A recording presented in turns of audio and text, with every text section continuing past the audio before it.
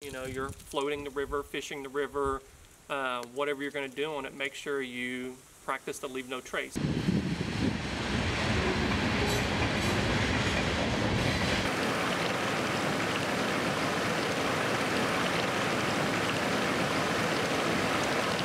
I think it's a really unique aspect to San Marcos that a lot of places can't say they have. It's a pristine environment, and that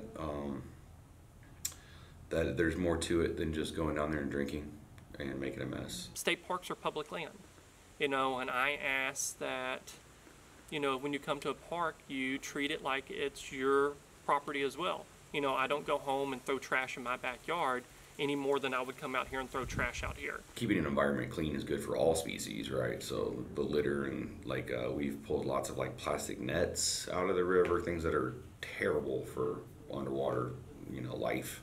This is a federally declared critical habitat.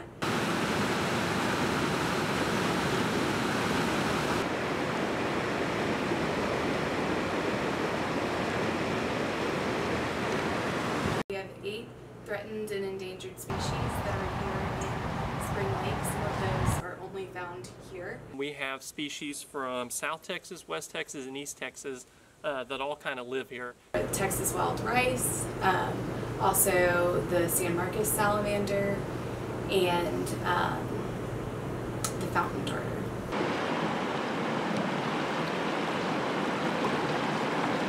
So the reason we have those walking trails is so the public can access the pretty areas of the park, you know, the back swamps and areas like that, and still see the wildlife, but yet the majority of it's still untouched. And the trails help to guide people to keep them where they're supposed to be, and so the wildlife can still live and interact like wildlife should be. So the interactive ones is where we're just taking like beer cans and stuff from tubers, and we'll end up with a lot of beer cans, and always in the thousands of beer cans. That's lighter than if when we go out and we like dive for glass or go pick up like bulk trash off the river, so that's usually heavier stuff. So leading a locally driven effort to develop a watershed protection plan for the upper San Marcos River, and what that would do is lay out, it would be stakeholder driven, so the community would have a lot of say and impact in how it's implemented, but it would provide strategies, you know, and a plan for, you know, 5 to 10 years down the road on how we can sustain and keep this river pretty and clean.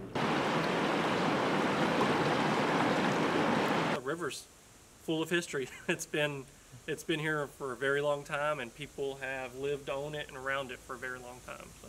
That there's it's a really beautiful river with awesome wildlife and, you know, beautiful trees and all that good stuff, and wish they would just take the time to maybe notice that, and it'd likely make them feel like they need to steward it better, to take care of it better. It's, I mean, it's a pretty healthy ecosystem we have here, and we like to keep it that way.